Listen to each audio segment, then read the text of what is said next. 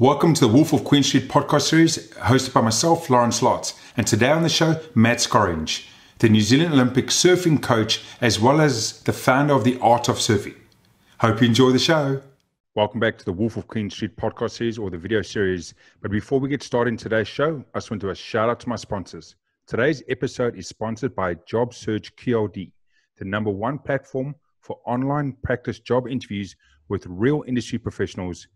If you suffer from nerves or struggle to effectively communicate your value, articulate your skills, experience, or achievements, then Job Search QLD is here to assist. The team is passionate about helping you to step onto the next step of your career ladder. And I think it is critical at the current time when we are in the world is to get all the assistance you can to find yourself back into the job market. If this sounds like something that's important to you, you can find them on the jobsearchqld.com. That is jobsearchqld.com. But back to the show today. And today I'm joined by Matt Scorringe, the New Zealand Olympic surfing team head coach. Just a side note, I didn't realize New Zealand had an Olympic surfing team. We'll talk about that next. He's also the founder of the Art of Surfing Academy and pretty much a kid from Whangamata in New Zealand, small little beach town, that through his life has traveled the world as part of the World Surf League and pretty much enjoying one of the greatest jobs in the world is to be at the beach all day and surf, and that is your lifestyle. Matt, welcome to the show. Thanks for having me. Excited to be here. Sorry to interrupt the current show, but just to let you know, if you're enjoying what you see, make sure you hit the subscribe and like button. So next time another episode comes out, you'll be able to see it first. Back to the show. Growing up at that stage, you know, years and years ago, I won't say how many years ago, and literally living in the water as most kids in that area, but from going from there and then becoming rep surfer in all your leagues, you know, until 2021, and then going from there to the surf league, the World Surf League. You know, take me through that situation, because that's just an amazing story. Yeah, I mean, Whangamata is a small surfing town in New Zealand, but it has a very rich history within the sport. So I was lucky, you know, I grew up around some of the country's best surfers. I had great surfers to look up to and a really healthy, competitive pack of kids around my age, pretty close by. So within, you know, the Coromandel to sort of Raglan, sort of that golden triangle in New Zealand. And I guess I just lived and breathed it like most kids do when you just get hooked on a sport. And before you know it, you're kind of succeeding in sponsors and opportunities and travel. And looking back on it now, it is quite a whirlwind sort of a journey to look back on. I guess, you know, a big part of my journey, just to be clear for any of the listeners, like personally, I competed at an international level and represented New Zealand and had opportunities at the big league, but I didn't make it to the top tier personally. Yep. You know, it was all a part of that experience that actually led me to coaching in the end, you know, through a lot of failure as well. But yeah, look, to answer your question, it was just being thrown into it and not knowing much else than enjoying the ocean, growing up in such a beautiful town like Whangamata. I must say, you know, I grew up in Cape Town, South Africa, one of the nicest beaches in the world. Anyone that's been in that spaces. J Bay is one of the big surf spots throughout the world. Any surfer knows about it. I'm a large mammal. I don't get up on surfboards.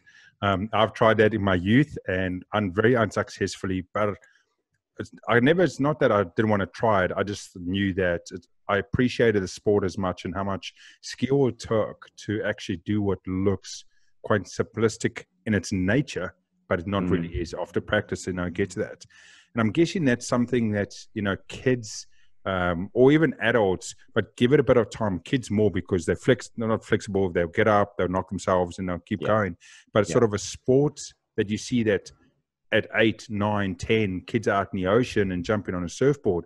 It's something that really sticks in their blood till, you know, they're 50, 60 years old. You know, a surfer, you still see surfers, gray hair, bald, retirement, still carrying their surfboard, right? Yeah. But you don't see guys in other sport or girls in other sports carry that much through their lifetime. And I wonder if it's just such a cultural thing that it breeds respect of the ocean and respect of what you're doing.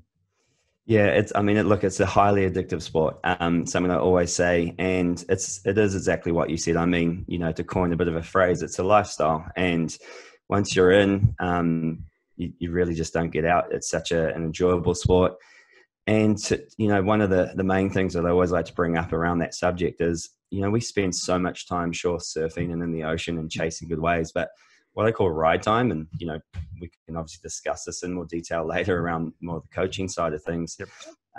Your ride time is really only around, if you're lucky, 5% of your surf. So you think of playing a game of tennis or playing a game of rugby with the boys, like you're just going to have so much more time actually kind of in the moment doing what you love.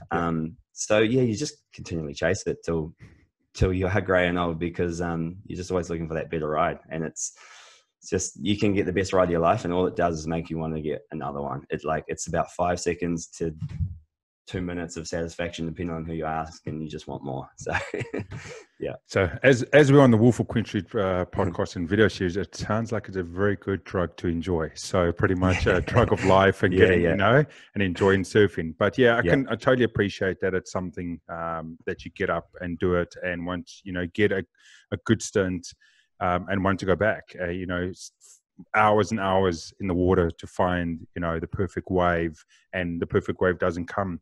And I wonder if that's sort of part of what it breeds within the youngsters growing up that go through that journey, to have a sort of understanding of it. Things take time, things take a lot of work, and just more centers a lot of people. So outside of the fanatical surfers that you can't touch their beach or their breaks or anything else, like that a lot of TV and shows have glamorized, you find that most people of the ocean that respect the ocean are really centered in their nature and what they do. And I think it's because they appreciate the power and the rawness of it, but also about how things take time and how they've got to control all of that to try and find the right thing in their life, the right way for the day. And it comes over into their lifestyle as well in their normal day-to-day lives. Yeah, definitely.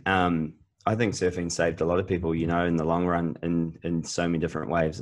I've coached a lot of kids that have been young. When they see me, they grow up, they go through challenging phases in life, like we all get presented at youth. And look, the ocean's always there for everyone. And there's nothing more pure, more present, more connected than being in the moment in the ocean and riding a wave. I mean, you can't be anywhere else in your head. You've got to be there to really enjoy it and to ride the wave well and make the right read. And I think that's the other aspect of it. We talk about why we chase it till we're old and grey. It's almost a state of meditation to a degree. And as you say, there are other more maybe radical surfers that are out there in a little bit more of a aggressive headspace here and there, or they're not as present. But I think we all go through some journey through that phase of that journey in our lives, where you might start a little bit younger and eager, and you sort of mellow out in your older age. But it definitely keeps you pretty present and centered. Oh, that's awesome. Yeah. I love that. Now, talking to, like you said, is the world. I want to talk just a little bit before we get into the art of surfing and the Olympic team, but talk me through the World Surf League. So like you said, is you did rep international level, got to a stage where you just didn't get to that next level, but you were still part of the circuit. What was your involvement in the circuit at that stage? So for me personally, look, sort of the highlights of my competitive career, if you will, was representing New Zealand through my junior years and early open years. And then I went on to compete on the World Qualifying Series, so known as the WQS. It's kind of called the Challenger Series now. They've actually done a really recent major change up of the structure of, the kind of process of qualifying and getting to that top tier. But without sort of, getting to in the woods with that, essentially I was on the, tier 2, if you will, the qualifying series. There's thousands of surfers all around the world competing on it to make the top 32 spots. So it isn't easy. And we've had some, New Zealand athletes qualify over the years, which has been amazing. for me personally, I didn't get very close at all in the end, but it was a great time. I learned a lot. I learned a lot about myself and my surfing. But I was fortunate enough to a really good close friend of mine who did qualify asked me to join him as his caddy for the 2009 year on the World Championship Tour. So on Tier 1 as his caddy, and I always make a bit of a joke. I always say, I was the second male surfer on tour behind Matt Scorringe, but obviously not for my surfing skills, just for just for being a good mate. And I got to hang out. And to be honest with you, that year, just seeing those elite athletes, seeing what they're doing, being around that atmosphere, that's what led me to really want to come home and bring that knowledge and that sort of style of elite athlete, if you will, back to New Zealand and try and train up our young developing kids. So it was instrumental in my pathway to becoming a coach and doing what I do today. That's great, Matt. I love that. And, that's obviously exactly because you said earlier when we were off the air, we was talking about the art of surfing, which is your sort of surfing academy has been 10 years. And if you're saying this was 2009, you came back and this obviously led straight into the art of surfing academy and that you led into it. And there was something really impressive that you said in the beginning of the show when you just did a slide, when we got into the introduction, you said, I've launched my coaching career and my academy from the failures that I'd made through my path. And that is a really cool thing to say. And it's really a humble thing to say. And a lot of people won't go out there and go, hey, I've launched my business out of the failures that I've made, publicly say that, right? Most people are launching an academy, irrespective of sport, business, and so forth, and going, I'm going to launch it because I'm going to show you how successful I have been, not what I've done wrong. And I love that you said it. And I think that resonates in who you are as a person going, I want to give for the sake of giving and help people, not because I want to give to get more, to have more, stripes on my ladder to sell my success and stuff, and which is really nice. Yeah, I appreciate that. I mean, it's funny, I hadn't thought of it like that until you framed it up yourself. And I use that a lot with my coaching because, I mean, look, today I coached a 10-year-old kid today in New Zealand here in Mount Maunganui who's, he's got huge potential, a great kid, already succeeding very well. And, the stuff I'm coaching him, I'm sort of wondering if it's a little above his, what he's ready for, sort of, intellectually, as he's only 10 years old. But ironically, what I noticed with a lot of his issues today were the issues I had in myself, so without those failures, without those hurdles and learning from them, whether it got you over the line in the end and, to be a world champ or to the top tier, you still learn from them and you're still able to see them. So honestly, all of the sort of struggles and failures definitely have strengthened my, I guess my coaching ability to recognize is a big piece. And then, to come up with a plan to try and help them is something you learn over time. Yeah, that's great. So the art of surfing, as we said, is an academy. We've been coaching mostly kids. Has it been mostly kids or into adults, or what's the sort of the age group, or is it just anyone that you're coaching around surfing? Yeah. So look, at this day and age, it's really grown to cover quite a lot of different demographics, if you will, and ages and levels. Started out absolutely as a high performance junior program that I launched here in New Zealand. Again, after those years competing myself and being fortunate enough to travel that year with my good friend on the main tier there. So I just wanted to come back, really focus on that top, I guess, there's top athletes, if you will, from the juniors, and help get more New Zealand kids to the elite level and competing internationally. I spent a lot of time really focused there, and that was really neat. But what obviously I learned is, to get more to that level, you need to go down to the developing level and so on. But I haven't touched the beginner surf, to be quite clear on that. There's some, a lot of great learn to surf schools around the country doing a fantastic job. So I like to support them, send clients their way, and, look to kind of pick up where they might leave them off. But in the other area that's really, really grown is the adult market. I think over the last 10 years, when I first launched and was coaching, it was something that an adult male surfer would not want to be seen down the beach getting coached as just a recreational everyday surfer. Now I have groups and groups all charging along, happy to I mean, it's just something that's been globally accepted to say, hey, look, you want to improve your surfing just like you might your golf, go get a lesson, improve your swing, improve, it's no shame in it. And it's been really cool to, I guess, be at the forefront of that journey and helping, a lot more adults. So to answer your question, a lot more adults, women surfers particularly, is a massive market that's growing, and that's really, really cool to see as well. Yeah. It's great to see the change of the person coming to surf. It's funny, as soon as you said it, I think of yoga. 10 years ago, yoga, you wouldn't find a guy doing yoga, or you'd find very, very few guys doing yoga in all the different formats. And now it's literally as common as anything else, right? And I think it's the same thing we're talking about surfing, because surfing for eras, surfing was such mainstream sport, extreme out there, that I think that could be the perception of, hey, I'm not that good, so I'm not going to try and act like I'm going to get a coach to try and look like I'm going to be better. I'm just going to throw myself in the surf and get thumped on every second wave, and hurt myself and come back and keep trying. Because I think that's just sort of a lot of it. Because as a kid growing up in the 90s and early 2000s and stuff like that, I remember looking back in the beginning eras of Kelly Slater and just dominating the world surfing and stuff like that. And you look at it and going, even if someone offers, you want to go surf the weekend? No, no, I'm not trying that. And I think it just, because it was that coolness and that eagerness that came out of it. And I think that's sort of what's broken down in the last 10 years, that, hey, definitely is that there in the top level, but fundamentally in the bottom level, it's not. So everyone can come down and have a good time. And I think that's where the culture's really shifted in New Zealand and throughout the world. Yeah, definitely. And I think New Zealand was a little late to the party. We've sort of got that, like I say, it has, I think for the most part, gone now, but a lot of the adult surfers around New Zealand, there was definitely, I guess if you will, a bit of a pride, staunchness to, like you said, you nailed it.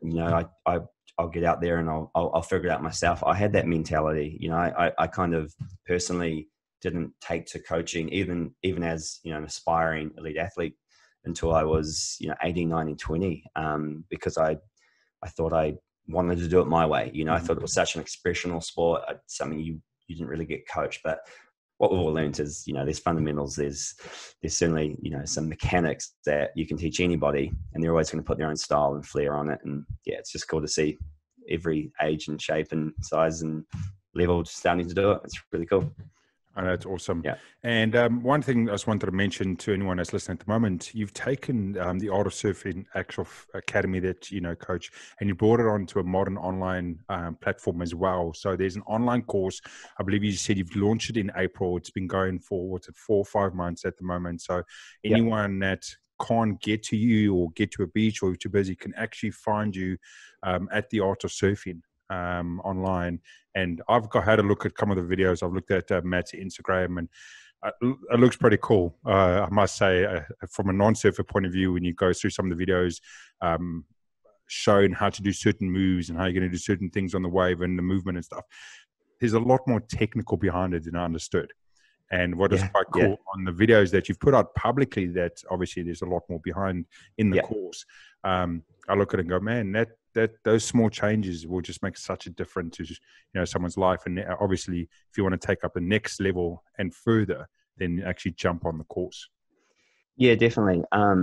It's a very technical sport. Surfing's, there's just the slightest change of your foot angle, and you can go from really struggling your entire life to what I call unlocking your surfing. Like it's a game of inches. And in that regard as well, like a lot of ball sports, just the smallest knock on here or there can change the whole game. So, look, I've spent the last decade, as I say, and even before that, when I was studying it for myself as a junior, just trying to figure out the technical aspect, and really would say that's where my, strengths lie as a coach. Like I certainly work with a lot of athletes in the competitive realm and strategy and a lot of that kind of stuff. But technically, like that's the area I love. And I've really worked hard to come up with a lot of analogies and processes to lead almost anyone down the track of understanding how your body should move on a board. And, at the end of the day, you brought up yoga, like our bodies are designed to move in certain ways. Like there's certain ways they're not. And that's really the art of surfing, is, to sort of throw the whole, name in there. It was just like I wanted to figure out a way that people can understand how they can move their body right to enjoy surfing better. Yep. And what I learned is you don't actually need people to be in front of you in person to teach that.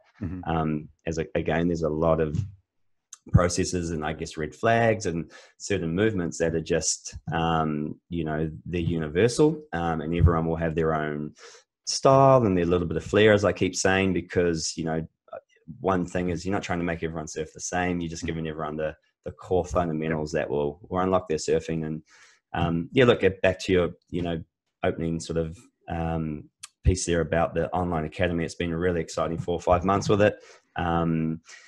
It's not really structured in a way that it's like you have to watch this video to get to the next video and get to the next video sort of course. At the moment, it's really there's a few core pillars to it, if you will, and then there's some videos in each library, and just really worked hard at making sure people can understand pretty quickly what they're doing wrong without even seeing themselves on footage. Yep. They'll be able to just know through some of the cues and the things I discuss. And so far the feedback and I guess the sign-up's been really, really positive. So it's exciting times.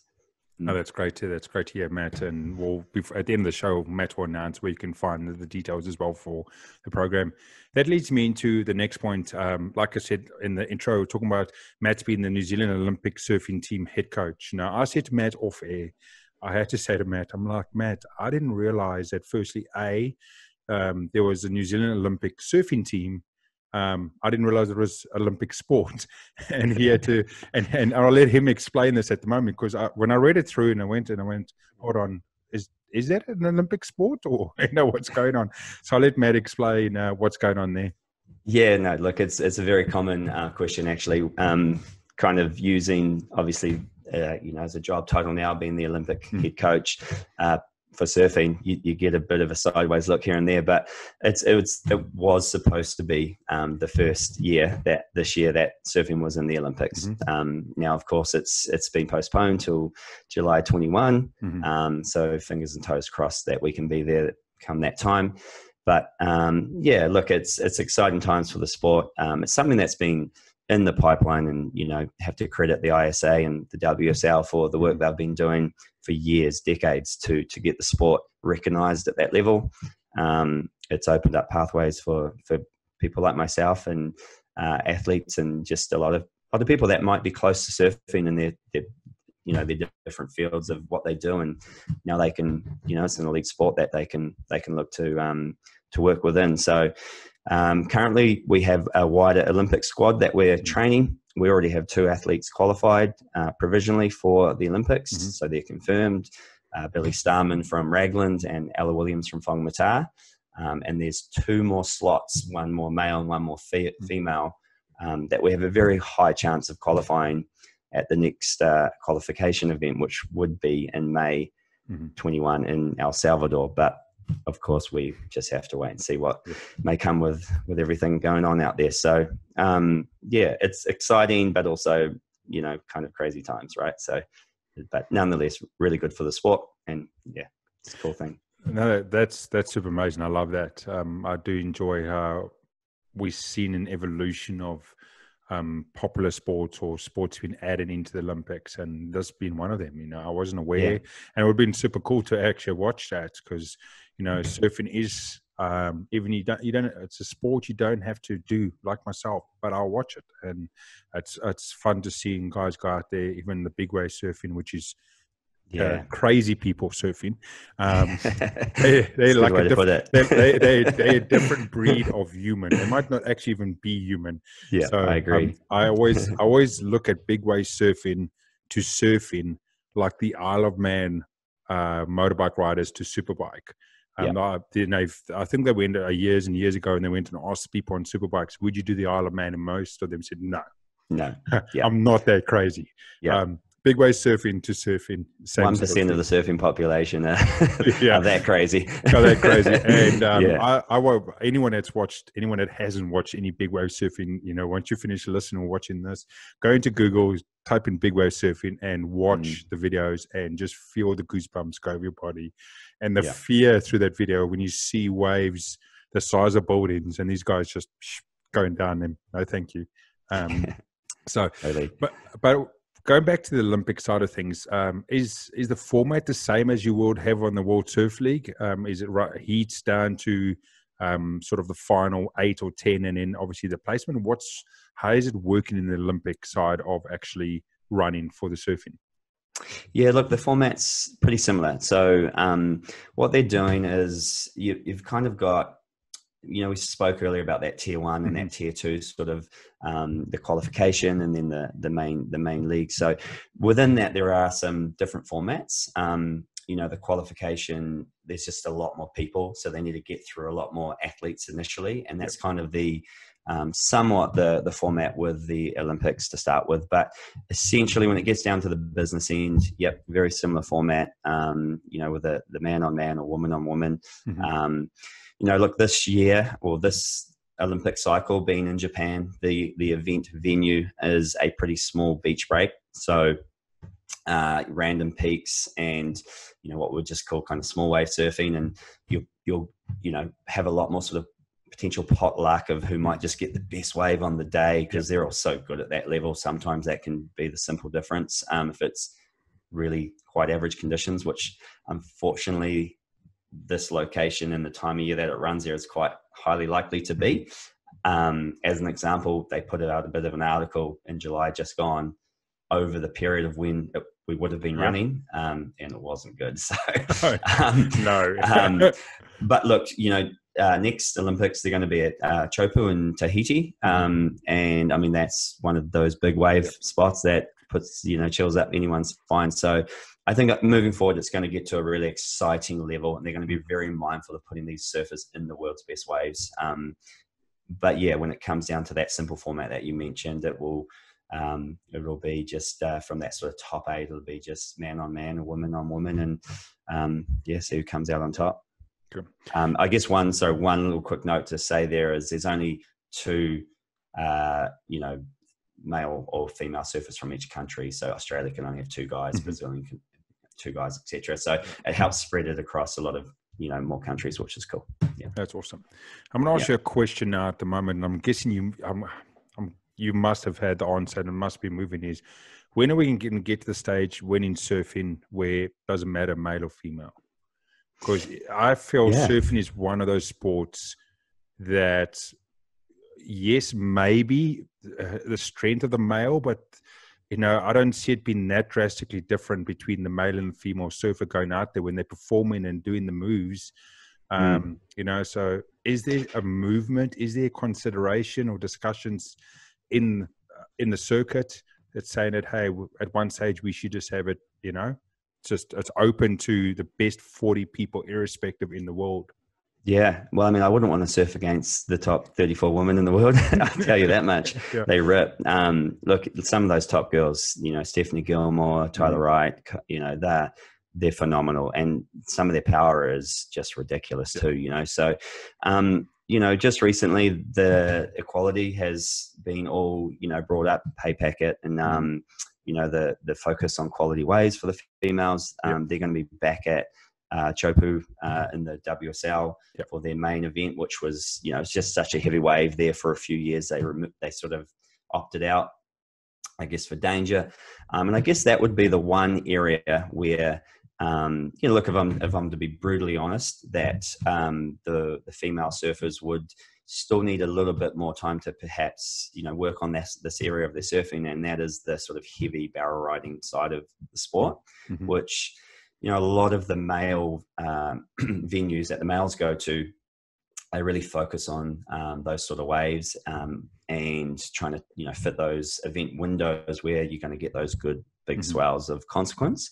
So, again, on high performance, everyday kind of surf, look, I don't think it's a consideration out there from what I know of, or I haven't heard any whispers, but I think you're right. Like, there's not a heck of a lot of difference between how some of those top ladies surf and some of the girls. They're so young. They're 15, 16. It's unbelievable to some of our best males.